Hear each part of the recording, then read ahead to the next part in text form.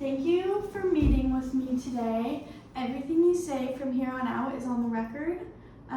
First, I'd like to ask you your name, your title, and your age. Ronald Albert Marino. Okay. Marino is spelled M-E-R-I-N-O. And I will be 82 in February next. Nice. Okay, cool. So my first question I wanted to ask you was, where did you grow up? I grew up in a Southern California town called Chula Vista, south of San Diego. At that time, in the 40s and the 50s, and partially in the 60s, it was probably about 20 to 25,000 people, basically a small town. Walked to a lot of different places that you wanted to go to. I walked to school. I never had my own vehicle when I was through high school. I rode with friends of mine that had vehicles, which worked out okay. Yeah, different from today's day. Yes. How many siblings did you grow up with? Well, my mom and dad had a total of 7 children. They started with 5 boys. I think my mom really wanted, well, maybe both of my parents wanted a girl, and they kept producing boys, and then they ended up having 2 daughters. I was 14 when their first daughter was born. They named her Catherine Elisa. Catherine was my mother's name, and it was kind of naming her after my mother, but all of the boys called her Lisa, and that's how she ended up. Everybody would refer to her as Lisa and not Cat. No one ever called her Catherine, although that was her given name. That's cool. And then there was a year later, had another sister, so we ended up with 5 boys, 2 sisters that were 14, 15, 16 years younger than the boy population. My 2 older brothers, they were a couple, 2 to 3 years my seniors, so they were even older when the girls were born. So full house. Lots of siblings. Well, kind of leading from that question, if you had to choose one person who had the greatest influence on you growing up. Well, I think it would have to be my mother, not necessarily for a positive, but the relationship between her and my father was, I call it quiet desperation on her part. She was married by a Mexican man, my father, who well, I don't know if it was inadvertently, but I think he just assumed that a woman's place was in a home. And my mother actually, I think they were married when she was 17. And, Oh, wow. And she wanted to get out of her home environment and move on, but she was quite intelligent, and actually I've determined, and over the years I realized that she had a lot of intellectual capacity beyond my father, and I think my father resented that, and he played down her accomplishments to the point that it affected her, and I don't know if she completely understood. I know I didn't as a child. I just knew they didn't get along. Hence the quiet desperation, and my mother ended up turning to alcohol, and she became an alcoholic, and it was a portion of her life that, as children growing up in that, none of us siblings enjoyed having an alcoholic mother, and we were not tickled with that. And the sad aspect of having an alcoholic parent is it affects your relationships with them. Yeah. And in the end, my father passed away several years before my mother, And from the day that my dad, he was 85, he passed away at 85, my mother quit drinking. She didn't drink again after he died, so. Yeah, that says something. It was really, he was the indication that forced her into the alcoholic habit, and, yeah, it was unfortunate, because if she would have been born later, or perhaps in a different environment, there's a lot of things that she could have done, because she had the intellectual capacity to do things. Yeah, totally. Did you see, like, how did you apply what you saw in your parents' marriage to your own marriage? Like, did you want to change when you? Well, I definitely stayed away from alcohol with my family, and had no dependent on it at all. I could take it or leave it in social drinking from time to time. As a teenager, though, before I met my future bride, I was in the 7th, 8th, and 9th grade, going around with a friend of mine who would get a pint of Seagram 7, and a dozen of us young kids would get lit on that, because we were all probably close to 100 pounds, 120 pounds. Yeah. And couldn't handle our liquor, but yeah, it was, because of my mom, I understood the downfall of that. I had my youngest brother, he ended up being an alcoholic and addicted to drugs and marijuana, and that was sad that he was the only one that ended up following my mom into alcohol abuse. Yeah. All right, so I'm gonna shift the conversation a little bit more to your career that you created after the Air Force. So did you, as for some context, you got into art a little, like, after you had kids, but I wanted to know if you enjoyed or did art as a child. When did that start to play a role in your life? Well, I guess I had some design talent and some rudimentary skills. I remember once, I think it was in either the 5th or the 6th grade, we had a substitute teacher, and she wanted us to draw a picture of a Hispanic Mexican artist, Firebird or something, and I had an attitude about that, and said, this is just a dumb assignment. And so I took the crayons and I was just whipping this, doing this, and in my mind it was foolish nonsense.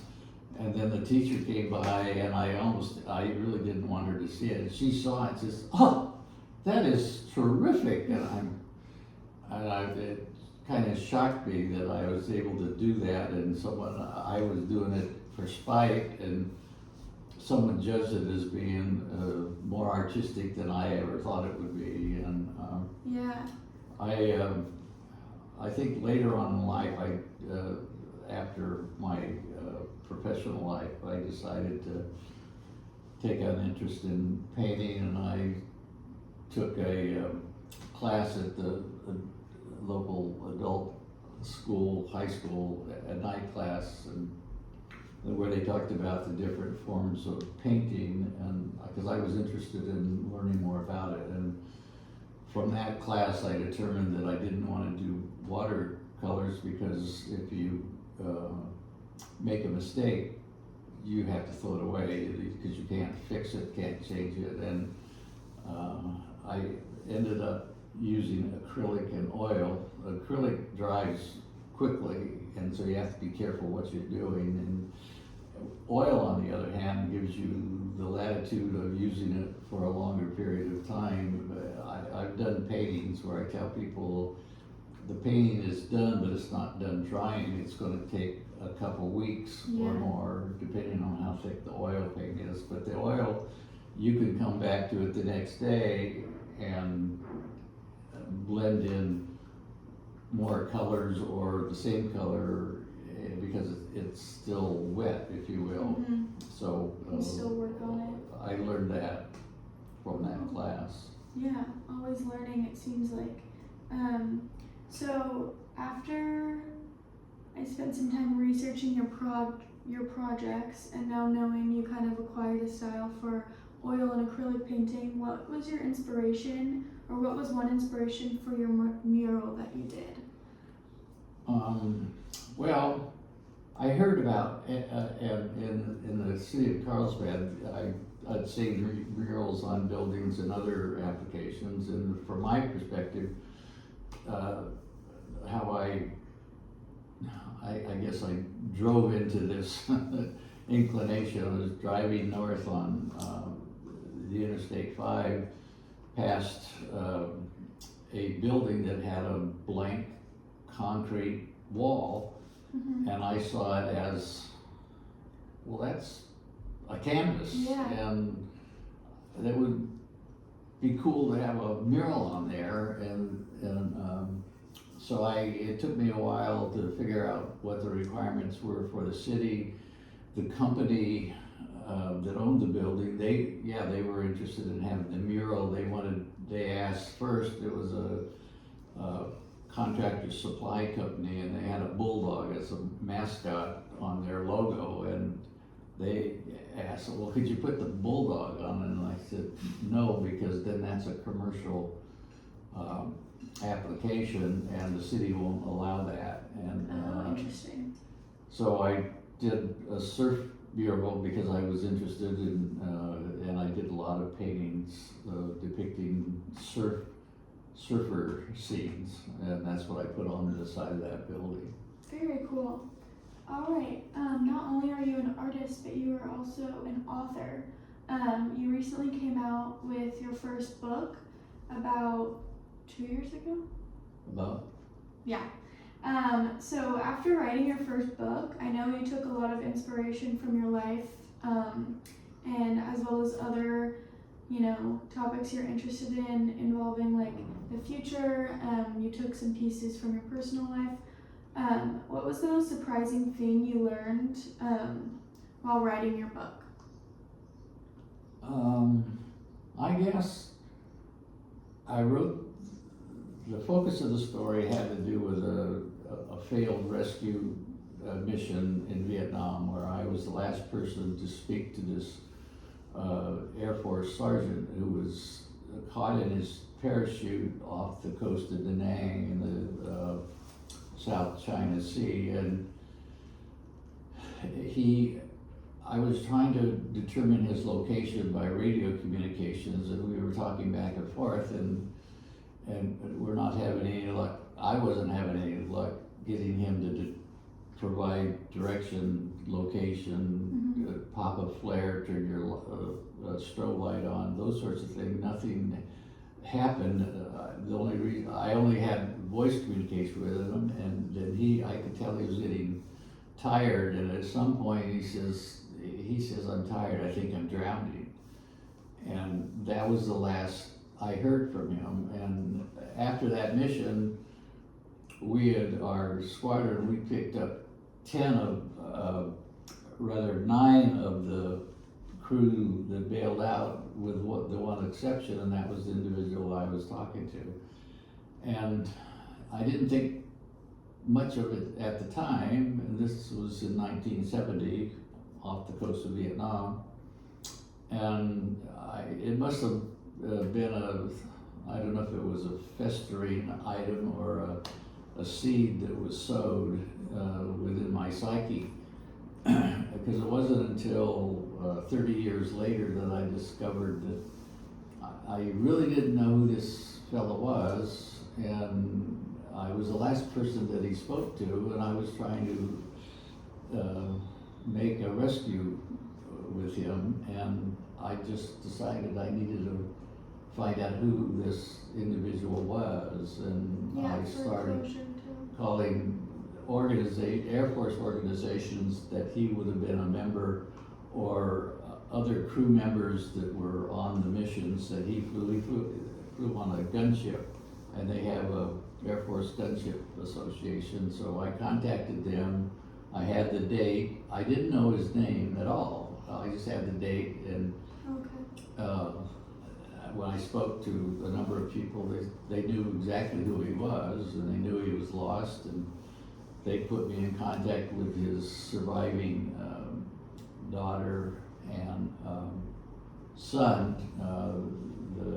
The daughter was 6 years old in 1970, Wow. and so I contacted her, introduced myself, and they lived in Northern California at the time, and I said, I'm just researching, and I told her the story, and she knew a portion of the story, but not from my perspective, and not in the detail that I don't know that anybody ever told her that they were talking to her father as he was struggling with his parachute. Yeah. So she provided me just a wealth of information. It turns out he was a half-breed Cherokee Indian that was born on the Oklahoma Wow. Cherokee reservation. That's cool. And she just had a whole wealth of information, and I realized when she was telling me the story, I need to document it, and that's what I did. And I rolled in a lot of different avenues that incorporated his Indian Cherokee background, and the story in the book kind of metamorphosed into a lot of different aspects, because when I started it, I wasn't completely sure how I was going. I wasn't completely sure how I was going to do it. It kind of traveled the path, and I would add bits and pieces here and there, and it seemed to have turned out, most people that have read it enjoyed it, thought it was a good read and an excellent story. That's very cool and a big accomplishment. I'm sure that was a really cool experience, getting to hear from the man that you kind of based the story off, or took inspiration from the beginning, and kind of finding some like a little bit of mutual closure with his daughter and stuff. And that is a lot of surprising, things to learn while writing your book, along with just writing it, but you're also learning more about the experience that you had and the context behind this man. What year did you start writing your book?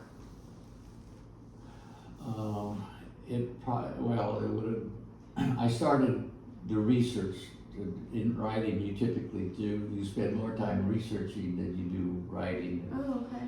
Interesting. Well, the year 2000, and that was 30 years after, and don't ask me why, because I don't know why I started then, and I didn't have the flashing moment that says, I need to write that story. It was a build up. And actually I wasn't planning on writing anything. I was just researching who the guy was, because I guess I felt like there was a void. I should at least know who the guy was that I was talking to, trying to save his life, and I failed doing that. And the more I gathered, the more people I talked to, and then in particular his daughter, that was the key moment in 2000. And I didn't know I was going to write a novel. I had done some acting, and I was familiar with screenplays.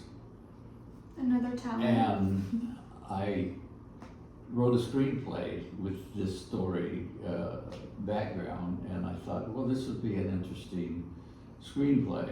And I found out that that's a hard road to go, because screenplays, you have to have them reviewed, critiqued, and the possibility of ever getting published or ever seen on a screen is remote. So I decided, after I'd written the screenplay, I'm just going to write a novel about it. And so that's how it started over a couple of years. Started in 2000, I don't know, 5, 6, 7 is where I just started writing a novel work. And anyway. Very cool. Yeah, because I remember when I was growing up, you were writing it so it had been a while, because I'm sure that takes a lot of time to like accumulate the research and then actually write it and make it how you'd like it to be. Since that was probably your youth, seemed like it was very formative for your life and up to where you are now, and you went through a lot of challenges and learning experiences. If you could talk to your 20-year-old self today, what is one word of advice you would give him? Well, I think looking back, I'd say be patient and hold your tongue and listen, and don't make necessarily comments until you fully understand the direction, and they're meaningful comments, not a comical comment, although those come in handy from time to time. But I had a reputation, and this was in the Air Force, that it was noted to me that senior officers, after a meeting or after dealing with them over a period of time, they would say, "You're really pretty quiet. You don't have a whole lot to say,"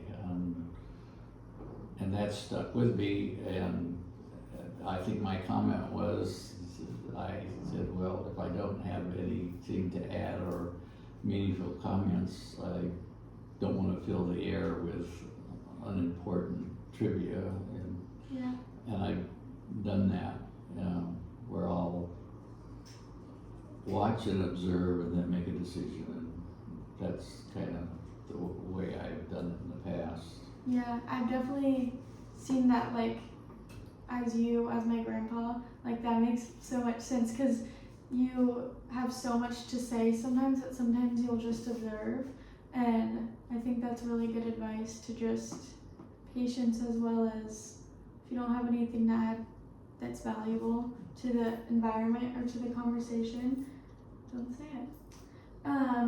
All right, so my final question is there any future projects that you're working on? Well, I guess stepping into the new world of TikTok, I opened a page for that, and I did that for a tribute to September 11th, where I'd painted a rather large, it's actually a 4x5 foot painting that depicted the American phoenix, which is the rise of two bald eagles from the destruction of the World Trade Center. And I worked on that, and I thought it would be an appropriate placement on TikTok, a venue to see how it was received, and I got a lot of positive reads on it, and people that have liked it. It went through the process. I spoke as the process of how I came up with the idea and so forth. Yeah. I'm not a real TikToker, so I don't add a whole lot. I do put some artwork on there to show how the creative process works, but I wouldn't call myself a real TikToker. You're learning, but I think there's a lot of negatives to social media and the rise of the digital era, but I also think there's positives like TikTok, where you can have the opportunity to use the platform to share your art or whatever you find passionate, because it's a lot easier nowadays, I think, to get your work out there. It's more accessible, like through platforms like TikTok, and I did see your video, it got over 2,000 views, so that's a pretty big deal. Yeah, that surprised me. I was I didn't know what to expect, but I got all positive reviews. Yeah. In any case, I use it cautiously, and I'm going to add another presentation based on my novel once I get to the point where I feel comfortable doing that. Yeah. Just introduce it to different people, that particular story.